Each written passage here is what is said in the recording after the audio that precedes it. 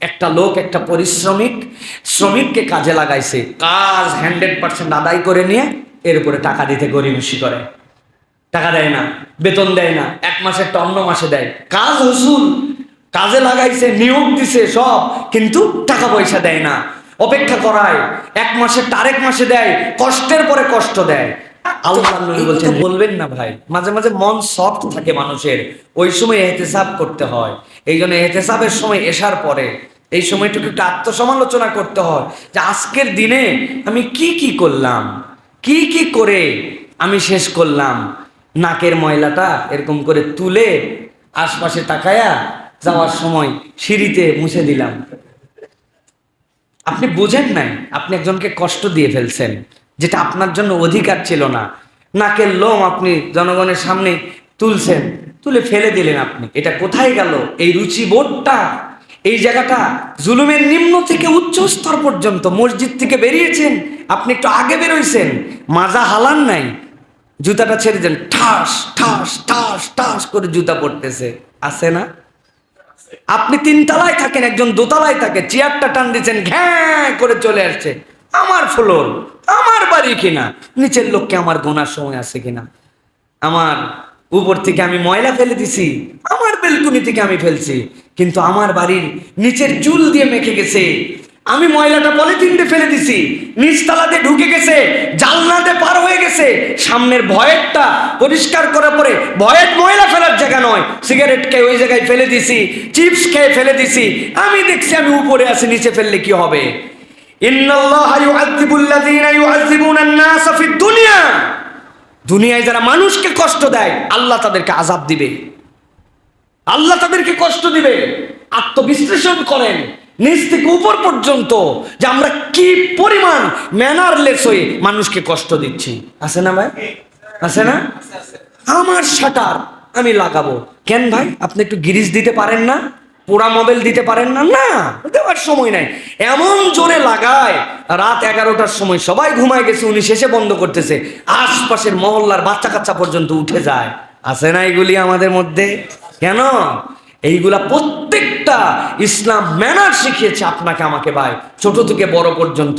একজন লোক ঘুমায় আছে, আপনি দরজাটা এমন জোরে লাগে, দ্রম করে আপনি দরজাটা বাতাসে লেগে যায়, আপনি জানেন, তারপরে ম্যাগনেটটা আপনি ঠিক করেন না, পুরো মহল্লাবাসী কষ্ট পায়, ফ্ল্যাটওয়ালা কষ্ট পায়, ওই বাড়ির পাশের রুমওয়ালা কষ্ট পায়। আমাদের কোনো হুঁশ নাই, কোনো আক্কেল নাই। চিন্তা করছি এইগুলা আবার কোন আইটেম হলো? খালি খুদ ধরার আসি, কন্ট্রাক্টর কি ভুল করলো, রাষ্ট্রের সচিব সাহেব কি ভুল করলো, এমপি সাহেব কত টাকা ঘুষ খেলো। আপনি এমপি পর্যন্ত আছেন, আপনি নিজে আমি আল্লাহর কাছে তো ধরা খাই আছে। আছে না? ফেলেন না উপরতে নিচে, ফেলেন না? খাওয়ার পরে রাস্তার খোসাটা আপনি ওই ফেলে দেন না? হ্যাঁ, সুন্দর করে লিচু খাচ্ছি আর চলে যাচ্ছি, বাদাম খাচ্ছি আর বাস পুরা মাখায় দিয়ে আসলাম। বাস যে আমি গাবতলির থেকে রওনা দিচ্ছি সদরঘাট পর্যন্ত, 1 পোয়া বাদাম খেয়ে পুরো বাস মাখালাম, বাস তো কোথায় ফেলবো? এগুলো কি পকেটে রাখবো? নিজের সাথে নিজে একটা বুঝ দিয়ে দিলাম আমি। জুলুম করছেন আপনি। চিপসটা আপনার রাস্তায় ফেলার দায়িত্ব নয়, আপনি বকাবকি করতেছেন।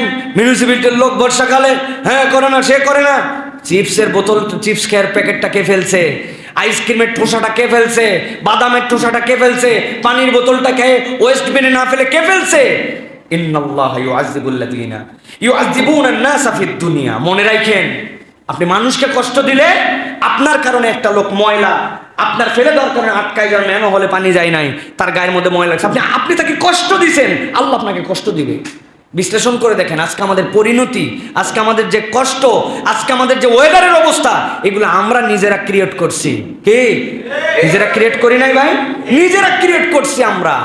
একটা গাছ কেটে একটা গাছ লাগালাম না, অথচ নবী করিম সাল্লাল্লাহু আলাইহি ওয়াসাল্লাম রাস্তা দিয়ে হেঁটে যাচ্ছেন, একটা খেজুরের দানা পড়ে আছে, নবীজি হাতে তুলে বললেন, আরে এই লোকটা খেজুরের দানাটা এরকম করে ফেলে দিছে, এটা যদি এরকম করে না ফেলে একটু গেড়ে দিত, তাহলে তো খুশি উঠতো, উঠে একটা গাছ হয়ে যেত, ওই গাছ থেকে পশু পাখি জনগণ ছায়া যে পেত। সে যদি গাছের ফল চুরিও হতো, তারপরেও যে ওই দানাটা সোজা করে লাগায় গাছ লাগাইছে, তার জন্য আল্লাহ আমল নামায় সোয়াবে ভরপুর করে দিতেন। দিস ইজ মুহাম্মাদুর রাসূলুল্লাহ সাল্লাল্লাহু আলাইহি সাল্লাম বিফোর 1400 বছর আগে রাসূলুল্লাহ সাল্লাল্লাহু আলাইহি ওয়াসাল্লাম বলে গেছেন, তোমার হাতে যদি একটা গাছ থাকে আর দেখো কিয়ামত হয়ে যাচ্ছে কিন্তু সিংহায় ফুৎকার হয় নাই, গাছ লাগাও। কিয়ামত হবে কি হবে না পরে দেখেন, গাছ লাগাও। গাছ লাগাবার সওয়াবটা তুমি নিয়ে নাও। সুবহানাল্লাহি বিহামদিহি। মরুভূমির রাসূল এই নির্দেশ দিয়ে গেছে, আর আপনি আমি গাছ কাটার তালে আছি, লাগানোর তালে নাই। সরকার লাগাবে, মুখ লাগাবে, আপনি লাগান না কেন 2টা গাছ? আপনি কেন 5টা গাছ লাগান না? নবী বলছে ওখান থেকে যদি চুরি হয়, ওখান থেকে যদি কোনো পশু পাখি খায়, ওখান থেকে যে খাক তোমার আমলনামায় তোমার সওয়াব পৌঁছায় যাবে। আমি তো সওয়াবের জন্য লাগাচ্ছি, আমার 100 টাকা ইনভেস্ট করলাম, আমার জন্য সওয়াব হবে, প্রকৃতির জন্য সওয়াব হবে। গাছ কি দেয় আপনার জন্য? এই গাছ দিচ্ছে অক্সিজেন। কোনো পশু পাখি কিচ্ছু কেন না, আপনি একটা পাতাবাহার লাগাইছেন, ওইটার অক্সিজেনে যদি কোনো মানুষের উপকার হয়, আপনার নিয়তের কারণে ও না শ্বাস গ্রহণ করবে, আল্লাহ আপনার আমলনামায় সওয়াব লিখে দিবে। কিন্তু আমরা মানুষের প্রতি জুলুমের উপরে আছি প্রিয় ভাইরা, পদে পদে জুলুম। খেয়াল করে দেখেন কথার কষ্ট, যে কথাটা আস্তে করে বললে হয়, উনার প্রভাবের কারণে উনি দাপট দিয়ে ওই কথা বলে, বউয়ের সাথে এমনভাবে কথা বলে যেন উনি উনার কেনা গোলাম। কোনো সময় সুন্দর করে কথা বলে না, সব সময় খেয়ে খেয়ে করে কথা বলে। এই ডাইনিংয়ে খাবারটা দাও, খাবার দেওয়ার পরে তুললে না কেন এখনো? এই জুতাটা একটু মুছে দাও তো, এই জামাটা কোথায়?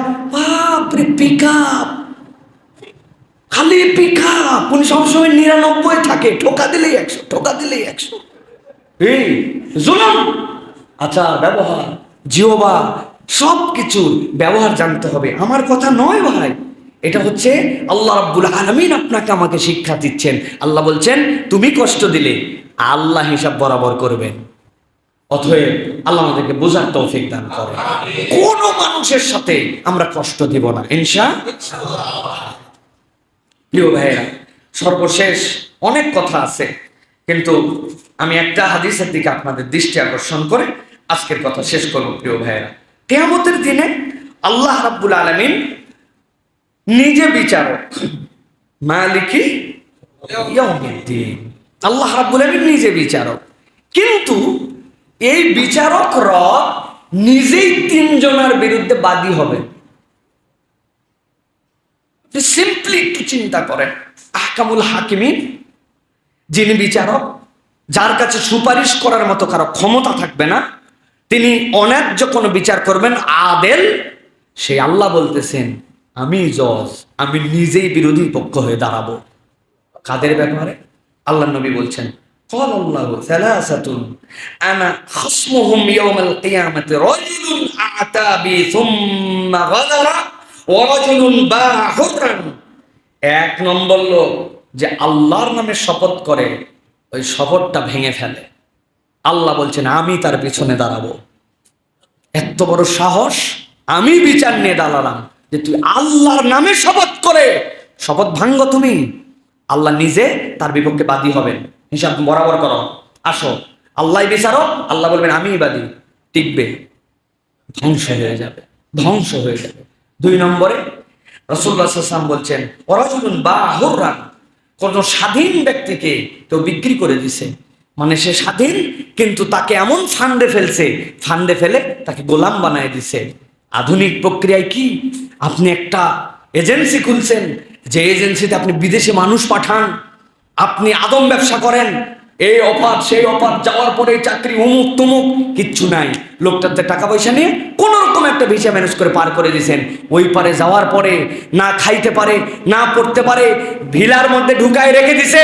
রিয়াদে আমি নিজে যেয়ে দেখছি, শত শত লোক আছে, 50 জন লোক 10 কেজি 12 কেজি চাল 12 কেজি আলু দিছে, 5 দিন নাকি খাওয়া লাগবে। লোকগুলা পাগলের মতো হয়ে গেছে। আল্লাহ দুনিয়ার সব মানুষ কম বেশি আমাদেরকে চিনে, আর প্রবাসে 100-তে 100 জন মানুষ চিনে আমাদেরকে। বিশ্বাস করেন, দুবাই, বাহরাইন, কাতার, কুয়েত, সৌদি আরব, মিডল ইস্টের দেশ, একজনও মিস করে না, দেখা মাত্র চিনতে পারে আমাদেরকে। কারণ ওদের অবসর সময়টুকুই আমাদের ওয়াজ নসিহত এইগুলো নিয়ে চলে। দেশের লোক আমাদেরকে 50% এখনো চেনে না, অনেক লোক চেনে না, কিন্তু ওরা চেনে।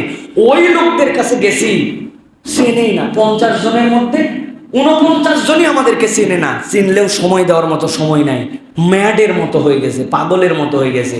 এই স্বাধীন মানুষগুলাকে আপনি 2 নম্বরে টোপ দেখায়া ইউরোপে পাঠাবেন, আমেরিকায় পাঠাবেন, ইটালিতে পাঠাবেন, সৌদিতে পাঠাবেন। এই মানুষগুলাকে আপনি যদি এই কয়েদ করে এই মানুষগুলার টাকা খেয়ে এরকম করে তাদেরকে পরাধীন বানায় দেন, এই হুকুমের মধ্যে আপনি আসবেন, আল্লাহ দরবারে আপনাকে দাঁড়ায়া আল্লাহবাদী আপনাকে এই কেসে লড়ে তারপরে আপনার ফায়সালা হবে। সাবধান হয়ে যান প্রিয় ভাইয়েরা, সাবধান হয়ে যান যারা এই কাজ করেন। 3 নম্বরে রাসূলুল্লাহ সাল্লাল্লাহু আলাইহি ওয়াসাল্লাম বলছেন, এরপরে ওয়ারাজুলুন ইস্তাজারা আজিরান ফাস্তাওফা মিনহু সুম্মা লাম ইউতি আজরাহ।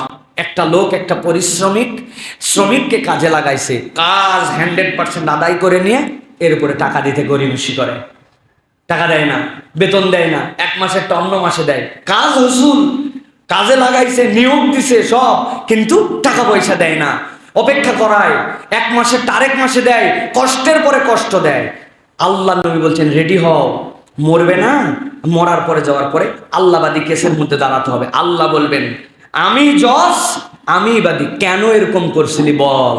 প্রিয় ভাইয়েরা, এই যে আমাদের যারা বিভিন্ন ফ্যাক্টরি, বিভিন্ন গার্মেন্টস, বিভিন্ন প্রতিষ্ঠান, বিভিন্ন জায়গায় ছলচাতুরি করে, আছে না ভাই এরকম মানুষেরা?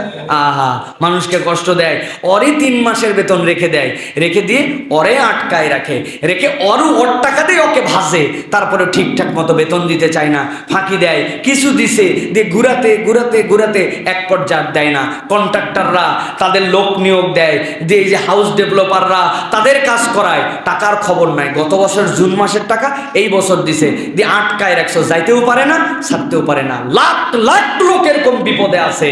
আল্লাহ বলছেন বিপদে ফালাইছ আর মনে করতেছে এই অবস্থায় আল্লাহ রাব্বুল আলামিন হিসাবের দিনে নিজে বাদী হবেন। অতএব এই 3 শ্রেণীর মধ্যে যেন কখনো আমার নাম না আসে ভাই, ভালো করে মনে রাখেন প্রিয় ভাইয়েরা। এইটা আল্লাহর নামে শপথ, ভণ্ডামি শপথ, আল্লাহর নামে মিথ্যা শপথ, এটা করা যাবে না। 2 নম্বর, কোনো স্বাধীন মানুষকে এরকম বেকায়দায় ফেলে পরাধীন করে দেওয়া যাবে না, কয়েদ করে দেওয়া যাবে না। 3 নম্বর, কখনো কোনো পারিশ্রমিক নিয়ে কাজে লাগায়া ওই লোকের পারিশ্রমিকে কখনো ফাঁকি দেওয়া যাবে না।